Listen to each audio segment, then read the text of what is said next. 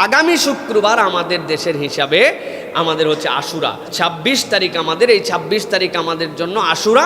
সুতরাং আমরা চাইলে বৃহস্পতি শুক্র 2 দিন আমরা সিয়াম পালন করতে পারি, 25 এবং 26 অথবা 26 এবং 27। আশুরার রোজাটা আমরা কোন দিন রাখবো, 9 তারিখ নাকি 10 তারিখ? আশুরার রোজা, এটার ব্যাপারে আল্লাহর প্রতি আমার ধারণা হলো যদি কেউ এই রোজাটি রাখে, আল্লাহ সুবহানাহু ওয়া তাআলা তার পূর্বের 1 বছরের ছোটখাটো গুনাহগুলো মাফ করে দিবেন। প্রিয় ভাইরা, আশুরার যে মাস তথা মুহররম, এটা আল্লাহ রাব্বুল আলামিনের কাছে অনেক সম্মানিত একটা মাস। আল্লাহ এই একটা মাসের ব্যাপারে রাসূলুল্লাহ সাল্লাল্লাহু আলাইহি ওয়াসাল্লামের দ্বারা বলিয়েছেন শাহরুল্লাহিল মুহররম, এটা আল্লাহর মাস। সুতরাং নবী করিম সাল্লাল্লাহু আলাইহি ওয়াসাল্লাম বলেছেন, কেউ যদি রোজা রাখতে চায় রমাদানের পরে ফজিলতের দিক দিয়ে সবচেয়ে বেশি, তাহলে সে যেন মুহররম মাসের রোজা রাখে। আর আশুরার রোজার ফজিলত কি? নবী করিম সাল্লাল্লাহু আলাইহি ওয়াসাল্লাম বলছেন, আহতাসিবু আলাল্লাহি আন ইউকাফিরা সানাতাল্লাতি ক্বাবলা, কেউ যদি আশুরার সিয়াম পালন করে আশা করতেছে আল্লাহ বিগত বছরের সগীরা গুনাহ তার আমলনামা থেকে মাফ করে দিবেন। আল্লাহ রাব্বুল আলামিন মূসা আলাইহিস সালামকে ফিরআউনের কবল থেকে এই দিন মুক্ত করেছিলেন, এই জন্য আল্লাহ রাব্বুল আলামিনের নবী খুশিতে রোজা রাখতেন। নবীজি বললেন, আমি যদি হায়াতে থাকি আগামী বছর আমি 2টা রোজা রাখবো, 10 নয় 9ও রাখবো। আল্লাহ নবীর আগে দুনিয়ার থেকে চলে গেছেন, এই জন্য ফুকাহে কেরামের মতামত 10 তারিখ রাখা উত্তম। কেউ যদি পারে তাহলে 9-10 মিলায় রাখবে, অথবা 10-এর সাথে কেউ 11ও মিলিয়ে রাখতে পারে। আগামী শুক্রবার আমাদের দেশের হিসাবে আমাদের হচ্ছে আশুরা, সম্ভবত 26 তারিখ না, 26 তারিখ আমাদের, এই 26 তারিখ আমাদের জন্য আশুরা। সুতরাং আমরা চাইলে বৃহস্পতি শুক্র 2 দিন আমরা সিয়াম পালন করতে পারি, 25 এবং 26 অথবা 26 এবং 27। এটা আমাদের জন্য গুরুত্বপূর্ণ। দ্বিতীয় বিষয়, আশুরা কেন্দ্রিক আমাদের যে আমল, যে আমলগুলো আমরা দেখতে পাই, তাজিয়া, হাই হোসেন করা, এইগুলোর সাথে শরীয়তের দূরতম কোনো সম্পর্ক নাই। অনেক ফজিলতের কথা শুনবেন, নূহ আলাইহিস সালামের মুক্তির দিন এইটা, এই তারপরে হচ্ছে সুলাইমান আলাইহিস সালামের এইটা, দাউদ আলাইহিস সালামের এইটা, একটাও হাদিস দ্বারা সাবেত নয়। একটা সাবেত, ফেরাউনের কবল থেকে আল্লাহ বলেন মূসাকে মুক্ত করে দিয়েছিলেন। সুতরাং এইটা, আর এই দিনে হযরত হোসাইন রাদিয়াল্লাহু তাআলা আনহু কারবালার ময়দানে শাহাদত বরণ করেছিলেন। এইটা আশুরায় নবী করিম সাল্লাল্লাহু আলাইহি ওয়াসাল্লামের ফজিলত বলার অনেক পরে। সুতরাং এটার সাথে আশুরার মুহররমের যেই সকল কার্যকলাপ করে হোসাইন রাদিয়াল্লাহু তাআলাকে উল্টা প্রশ্নবিদ্ধ করা হচ্ছে, তিনি ছিলেন আহলে বাইত, তিনি রাসূল সাল্লাল্লাহু আলাইহি ওয়াসাল্লামের দৌহিত্র, তিনি হচ্ছেন সাইয়্যিদা শাবাব আহলিল জান্নাহ, জান্নাতের যুবকদের লিডার। তার ব্যাপারে গান বাজনা, বাদ্য, উতাল পাতাল কাজ, যেগুলোর সাথে শরীয়তের সম্পর্ক নাই, আপনি হয়তো ভালোবাসার জন্য প্রকাশ করতেছেন, কিন্তু এই ভালোবাসা আপনার শরীয়তের মানদণ্ডে উত্তীর্ণ না হলে এইটা কখনো গ্রহণযোগ্য হতে পারে না। এই জন্য প্রিয় ভাইরা, এই সকল কাজ এইগুলা না করে হোসাইনি চরিত্র, হোসাইন রাদিয়াল্লাহু তাআলা আদর্শ, অসত্যের কাছে মাথা নত না করার মতো তার যে চরিত্র, এইটা আমার মধ্যে ধারণ করতে হবে। কি ফায়দা আছে এইটা আপনি পিঠের মধ্যে লাগায়া নিজেকে নিজে রক্তাক্ত করতেছেন, ঢোল বাজনা বাজায়া, যেটা ইসলামী শরীয়ত পছন্দ করে না, এটাকে ইসলামী শরীয়ত অপছন্দের তালিকার মধ্যে রেখেছে। সুতরাং আপনি সেটা করতেছেন, এগুলার সাথে আশুরার কোনো সম্পর্ক নেই। আশুরার আমল যদি কেউ করতে চায় এই মাসে অধিক রোজা রাখেন, আশুরার দিনে 9 এবং 10 আপনি রোজা রাখেন, আর হযরত হোসাইন রাদিয়াল্লাহু তাআলা আনহুর যে আদর্শ, সে আদর্শ, সে সুন্নাহ, সেইটা ধারণ করেন। আহলে বাইতের প্রতি মহব্বত, আহলে বাইতের প্রতি ভালোবাসা, এইটাকে আপনি প্রকাশ করেন। হোসাইনের রাদিয়াল্লাহু তাআলার বিপক্ষে যারা কাজ করেছিল, যে চরিত্র তাদের ছিল, এই চরিত্র যেন সমাজের মধ্যে প্রতিষ্ঠিত হতে না পারে, এর পক্ষে আপনি অবস্থান গ্রহণ করেন, এটাই আপনার কাজ। সুতরাং এই ঢোল বাদ্য বাজে কাজ, এইগুলোর সাথে শরীয়তের সম্পর্ক নাই। আল্লাহ আমাদেরকে বোঝার তৌফিক দান করো। আল্লাহর নবী বললেন, আশুরার রোজা সম্পর্কে আমি আল্লাহর কাছে আশা রাখি, যে ব্যক্তি আশুরার রোজা রাখবে আল্লাহ রাব্বুল আলামিন তার পূর্বের 1 বছরের জীবনের গুনাহ খাতাগুলি মাফ করে দিবে। কয় বছরের? গত 1 বছরে যা গুনাহ করেছেন ধুয়ে মুছে আল্লাহ তাআলা সাফ করে দেবে। সুবহানাল্লাহ। কোন দিন? যে আশুরার রোজা রাখবে। ও কলিজার টুকরা ভাইরা আমার, এখন আপনারা প্রশ্ন করবেন, হুজুর আশুরার রোজাটা আমরা কোন দিন রাখবো, 9 তারিখ নাকি 10 তারিখ? 10 তারিখ। কয় তারিখ? আশুরা মানেই হচ্ছে 10। 10 তারিখ রোজা রাখবেন। ইয়াহুদিরা যেহেতু একটা রাখতো, নবীজি বলছেন যে না, ইয়াহুদির সাথে সামঞ্জস্য না করে তোমরা একটা বাড়ায় নাও, আগে একটা মিলায় নাও অথবা পরে একটা মিলায় নাও, তাহলে কয়টা হয়ে যায়? 2টা। হয় 9-10 রাখেন অথবা 10-11 রাখেন। এটা আমার নবীর কথা। তাহলে আশুরার যে আমল, 1 নাম্বার হচ্ছে, আশুরার আমলের 1 নাম্বার কাজ হচ্ছে এই আশুরাতে আমরা রোজা রাখবো। সবাই আজকে নিয়ত করে ফেলি, জোরে বলি ইনশাআল্লাহ। এবার আসেন 2 নাম্বার কি? নফল রোজা বেশি বেশি করা। 3 নাম্বার তাওবা ইস্তিগফার বেশি বেশি করা। আস্তাগফিরুল্লাহ আস্তাগফিরুল্লাহ আস্তাগফিরুল্লাহ আল্লাযী লা ইলাহা ইল্লা হুয়াল হাইয়ুল কাইয়্যুম। যেহেতু নবী আম্বিয়া আলাইহিমুস সালাতু ওয়াস সালামদের উম্মতকে আল্লাহ রাব্বুল আলামিন এই মাসে মাফ করেছেন। ইউনুস নবীকে মাছের পেট থেকে আল্লাহ রাব্বুল আলামিন নাজাত দিয়েছেন। মুসা নবীকে আবার আল্লাহ রাব্বুল আলামিন ওই ফিরাউনের দলের সামনে থেকে মুক্ত করেছেন, নাজাত দিয়েছেন। আপনি যখন আল্লাহর কাছে বলবেন, আল্লাহ জীবনে অনেক গুনাহ করেছি মাহবুদ, তুমি ছাড়া কেউ নাই যে গুনাহগুলো আমার মাফ করবে। ও আল্লাহ, যদি এখন মাফ না করো, আমার যদি মওত হয়ে যায়, তাহলে আমার জাহান্নামে যাইতে হবে। ও মাহবুদ, তুমি আমার মাফ করে দাও, ক্ষমা করে দাও। আল্লাহ, তুমি ছাড়া কোনো মাহবুদ নাই, তুমি ছাড়া মালিক নাই, তুমি ছাড়া কোনো খালেক নাই। এইভাবে যখন তওবা ইস্তিগফার করবেন, সাইয়্যিদুল ইস্তিগফার করবেন, আর বারবার আল্লাহর কাছে বলবেন, আমার আল্লাহ রাব্বুল আলামিন আপনার জীবনের গুনাহ খাতাগুলি মাফ করে দিবেন। জোরে বলেন সুবহানাল্লাহ। 3 নাম্বার কাজ কি মনে আছে তো? কি করতে হবে? তওবা ইস্তিগফার বেশি করতে হবে। সবাই বলেন ইনশাআল্লাহ। 4 নাম্বার কি? কোরআন তেলাওয়াত বৃদ্ধি করেন এই মুহররম মাসে। কি করা? কোরআন তেলাওয়াত বৃদ্ধি করা। সবাই মনোযোগ দিই, কোরআন তেলাওয়াতটা বৃদ্ধি করবেন এই মুহররম মাসে। শুধু তেলাওয়াত করে না, একটু বুঝে তেলাওয়াত করার চেষ্টা করবেন ইনশাআল্লাহ। বলেন। এরপরে 5 নাম্বার দান সাদাকা করবেন। 6 নাম্বার আত্মসমালোচনা এবং নতুন হিজরি বছরের জন্য কিছু কর্ম পরিকল্পনা করবেন। কর্ম পরিকল্পনা মানে কি? যে 1 বছর যা হওয়ার হয়েছে, সামনের 1 বছর আমার 1 ওয়াক্ত নামাজ আমি ছাড়বো না ইনশাআল্লাহ। বলেন। সামনের 1 বছর আমি কোনো নফল রোজা ছাড়বো না ইনশাআল্লাহ।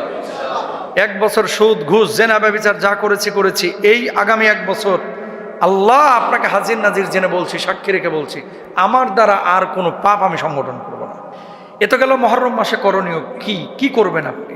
এবার আসেন বর্জনীয় কি, যে কাজগুলো আপনি করবেন না। বিশুদ্ধ হাদিস, একটু আগে যেটা বললাম আমি আপনাদেরকে, সহিহ মুসলিমের হাদিস, যে রোজা রাখলে 1 বছরের গুনাহ মাফ। এখন এই দিনে যদি রোজা না রেখে কেউ শরবত খায়, হাদিস অনুযায়ী কাজ হইল না হাদিসের বিপরীতে? বিপরীতে। শাহাদাতে কারবালা, আহলে বাইতদের প্রতি ভালোবাসা। হযরত হুসাইন রাদিয়াল্লাহু তাআলা আনহু, তিনি আমাদের কলিজার টুকরা, আমাদের মাথার মুকুট। আমার নবীকে যেমন ভালোবাসি, হুসাইন হাসানকে রাদিয়াল্লাহু তাআলা আনহুমাকে আমরা তেমনই ভালোবাসি। কিন্তু এর অর্থ এই না ভালোবাসার বহির্প্রকাশ আমরা পিঠ দিয়ে রক্ত ছুটিয়ে দেখাবো। এর অর্থ এই না যে হাই হাসান হাই হুসান করে আমরা প্রলাপ করব, আমরা কান্নাকাটি করব। যেই দিন রোজা রাখার কথা বলা হলো, সেটা কারবালার বহু আগের ঘটনা। আল্লাহর নবী নিজে বলে গিয়েছেন যে রোজা রাখো। এখন এই দিন আপনি যদি রোজা না রেখে শরবত খান, রোজা না রেখে শরীর থেকে রক্ত ছোটান, রক্ত বের করেন, হাই হাসান হাই হোসেন করে আপনি মাতম করেন, আপনি যদি রাত্রিবেলায় আপনার পটকাবাজি করেন, আপনি যদি এই যে তাজিয়া মিছিল করেন, যে সমস্ত কাজগুলো আমাদের অনেক ভাইরা বুঝে হোক না বুঝে হোক করছে, এই কাজগুলো আসলে শরীয়তের আয়নায় বা হাদিসের আয়নায় দেখা যায় না। এখন ওই ভাই কি বলবে? তাকে যদি বলবেন যে আমি করলে আপনার সমস্যাটা কি? তার জবাব কি জানেন? যে আমি করলে আপনার সমস্যাটা কি? তা আমি বলি যে আমার নবী তো বলে নাই, আপনি করবেন কেন? আচ্ছা, আমি করে আমি জাহান্নামে যাবো, আপনার সমস্যা কি? আর কোনো জবাব আছে? পৃথিবীতে কোনো মুফাসসির কাবা শরীফের ইমামকে আনলেও হেরে বুঝাইতে পারতেন না। কথা বলে না কেন? কাবার ইমামকে নিয়ে এসেও যদি আরে বুঝান, ও বলবে যে আমি ঠিক আছে, এটা নাজায়েজ। কারেন্ট নাই। আচ্ছা, তো বসেন। যে কথা বলছিলাম, এখন কোনো মানুষ যদি এই কথা বলে যে আমি এটা করে জাহান্নামে যাব, আপনার সমস্যা কি? এরে বোঝানোর আর কোনো ইমাম, খতিব, স্কলার কারো কি নাই? সাধ্য নাই। আর এ হচ্ছে পৃথিবীর সবচেয়ে বড় গোমরা মানুষ। কথা বলেন ঠিক না? শুনেন, আপনি ভুলে জেনা করে ফেলেছেন, মদ খেয়ে ফেলছেন, হারাম করে ফেলেছেন, কিন্তু মনে মনে আপনার ভাব হচ্ছে ইস, পাপটা করা আমার উচিত হইল না, ইস ভুলটা আমি করে ফেললাম। পাপ করার পরে যার হৃদয়ে এরকম আঘাত আসে ও কপালওয়ালা, কারণ ওর জন্য তওবার দরজা খোলা আছে। কথা বলেন সুবহানাল্লাহ। ওর জন্য কিসের দরজা খোলা আছে? তওবার দরজা। কারণ টুডে টুমরো, আজ হোক কাল হোক, সে কিন্তু ব্যাক করবে। কিছু মানুষ আছে যারা পাপকে পাপই মনে করে না। ধরেন জেনা করছে না, আবার প্ল্যান করতেছে, যাক আজকে করছে, আগামী বৃহস্পতিবার আবার করবো। নাউজুবিল্লাহ বলেন না। মদ খাইতেছে, আবার 2 দিন পরে খাবো না। নাউজুবিল্লাহ বলেন। ভাই, এই 2 দিনের মধ্যে তোমার মৌত হয়ে গেলে তুমি কাফের বেঈমানের মতো মরলা, ঠিক না? এই জন্য এমন কোনো কাজ করা যাবে না। এই দিনে আমরা তাজিয়া মিছিল করব না, এ আশুরার দিনে আমরা শরবত খাবো না, আমরা রোজা রাখবো। এ আশুরার দিনে আহলে বাইতদের জন্য আমরা দোয়া করব। এ আশুরার দিনে আমরা মিছিল মিটিং করব না। এ আশুরার দিনে আমরা মানুষকে কষ্ট দিব না, কোনো অপচয় করব না, নিজেদেরকেও কষ্ট দিব না। এই যে রক্ত বের করা, আল্লাহ বলছে ওয়ালা তুলকু, কারখার হয়ে যাবে। বেয়াদব তারপরও বেয়াদবি করেছিল। ঠিক 1-1.5 মাসের মাথায় আল্লাহর কি লীলা, আল্লাহর কি পরিকল্পনা, মাত্র কয়েকদিনের মাথায় ওই জালেমের মাথায় এইভাবে শত্রুরা কেটে তারপরে ফুটবলের মতো লাথ্থায় ওটারে ঝুলায় রাখছিল। আল্লাহু আকবার। আমার নবী যেই কপালে চুমু দিয়েছে সেই কপালে তারা আঘাত করেছে। আবার নবী যেই ঘাড়ের উপরে চুমু দিয়েছে সেই ঘাটটার উপরে তারা ছুরি চালিয়েছে। আমার নবী যেই হুসাইনের কপালে চুমু দিয়েছে সেই কপালে তারা লাথি মেরেছে। আমার নবী যেই হুসাইনের গলায় চুমু দিয়েছে সেই কপালে, সেই গলার উপরে ছুরি চালিয়েছে। আমার নবী যে হুসাইনকে বলেছে জান্নাতের ফুল, আমার নবী যেই হুসাইনের জন্য, আল্লাহু আকবার, জুমার সময় খুতবা দিচ্ছিলেন, হুসাইন পাখির মতো দৌড়ে এসেছে, হাসানও দৌড়ে এসেছে, নবীজি খুতবা বন্ধ করে হুসাইনের কপালে চুমু দিয়েছে, হাসানের কপালে চুমু দিয়েছে, আদর করে দিয়েছে। সেই হাসানকে, সেই হুসাইনকে এই জালেমরা, এই বেঈমানরা, এই কাফেররা এইভাবে আঘাত করলো, এইভাবে আঘাত করলো। আল্লাহ রাব্বুল আলামিন এর পরক্ষণেই আল্লাহ সুবহানাহু ওয়া তাআলা এদের বিচার এমনভাবে করেছিলেন, দুনিয়াতেও লাঞ্ছিত হয়েছে, আর আখিরাতে যে কি লাঞ্ছিত হবে এটা তো বলার কোনো অপেক্ষা রাখে না, ঠিক না? নবী করিম সাল্লাল্লাহু আলাইহি ওয়াসাল্লাম বলেছেন, সিয়ামু ইয়াউমি আশুরা আহতাসিবু আলাল্লাহি আন ইউকাফিরা আস-সানাতাল্লাতী ক্বাবলাহা। আশুরার রোজা, এটার ব্যাপারে আল্লাহর প্রতি আমার ধারণা হলো, যদি কেউ এই রোজাটি রাখে, আল্লাহ সুবহানাহু ওয়া তাআলা তার পূর্বের 1 বছরের ছোটোখাটো গুনাহগুলো মাফ করে দিবেন। বান্দার হক বান্দার কাছ থেকে মাফ নিতে হবে, কবিরা গুনাহ তওবা করতে হবে, ছোটোখাটো গুনাহগুলো এই আমলের মাধ্যমে আল্লাহ সুবহানাহু ওয়া তাআলা মাফ করে দিবেন। এছাড়া আশুরা রোজার আরেকটা বিশেষ ফজিলতের দিক হলো, রমজানের রোজা ফরজ হওয়ার আগে, এমনকি হিজরতেরও আগে নবী করিম সাল্লাল্লাহু আলাইহি সাল্লাম মক্কা যখন ছিলেন, কুরাইশরা আশুরার রোজা রাখত। বছরে একটা রোজাই ছিল রমজান রোজা ফরজ হওয়ার আগে, সেটা হলো এই আশুরা। এবং নবী করিম সাল্লাল্লাহু আলাইহি সাল্লামও সে রোজা রাখতেন।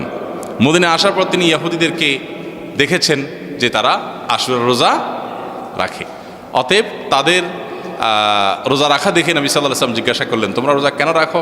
তারা বললো, এই দিনে মুসা আলাইহিস সালামকে আল্লাহ সুবহানাহু ওয়া তাআলা বিজয় দিয়েছেন, সেজন্য আমরা তার প্রতি শুকরিয়া আদায় করে রোজা রাখি, আশুরার রোজা। তখন নবী করিম সাল্লাল্লাহু আলাইহি সাল্লাম, এই ঘটনার পর নবী সাল্লাল্লাহু আলাইহি সাল্লাম বললেন, তাহলে আমরা বরং মুসা আলাইহিস সালামের প্রতি আল্লাহর অনুগ্রহের কারণে আরও বেশি শুকরিয়া আদায় করার আমাদের হক, অধিকার আছে। আমরা তার প্রকৃত অনুসারী, তার কথা আসলে আমরা মানি। অতএব আশুরার রোজা আমরা রাখবো। তবে তাদের থেকে নিজেদের রোজাকে বৈচিত্র্যপূর্ণ স্বাতন্ত্র্য আনার জন্য নবী সাল্লাল্লাহু আলাইহি সাল্লাম বলেছেন, তারা আশুরা রোজা রাখে একটা, আমরা রাখবো। কারণ নবী সাল্লাল্লাহু আলাইহি সাল্লাম তার জীবনের শেষ বছর বলেছিলেন যে আমি যদি পরবর্তী বছর বেঁচে থাকি তাহলে লা সুমান্না তাসিআ ওয়াল আশির, তাহলে মুহররমের 9 এবং 10 এই 2 দিন রোজা রাখতাম। এই জন্য আশুরা রোজা কয়টা রাখতে হবে? 2টা রাখা হলো সুন্নাত, আর সেই 2টা রোজা 9 এবং 10। এখন প্রশ্ন উঠতে পারে যে শুক্রবার রোজা রাখা তো হাদিসে নিষেধ আছে। এর উত্তর হলো যে শুক্রবারকে শুক্রবার হিসেবে রোজা রাখা নিষেধ, কিন্তু শুক্রবারে অন্য কোনো অকেশন এসে পড়লে, রমজান মাস শুক্রবারে পড়লে আপনি রোজা রাখবেন না। অতএব সেই হিসাবে আশুরা রোজার অংশ হিসেবে আপনি রাখতে পারেন। তাহলে এই বছর আশুরা রোজা 9-10 অথবা 10-11, তবে 9-10 শাখাটা অধিকতর উত্তম, সে রোজা রাখবো। আল্লাহ সুবহানাহু ওয়া তাআলা আমাদেরকে আমলের তৌফিক দান করুন। মুহররম মাসের সবচেয়ে দামি আমল কোনটি? মুহররম মাসের সবচেয়ে দামি আমল, মুহররম মাসের একমাত্র রুটিন আমল হলো বেশি বেশি নফল রোজা রাখা, মানে বিশেষ আমল এই মাস উপলক্ষে। অতএব নফল রোজা বিশেষ করে রাখবেন, যে যতটুকু পান, এটাই মাসের আমল।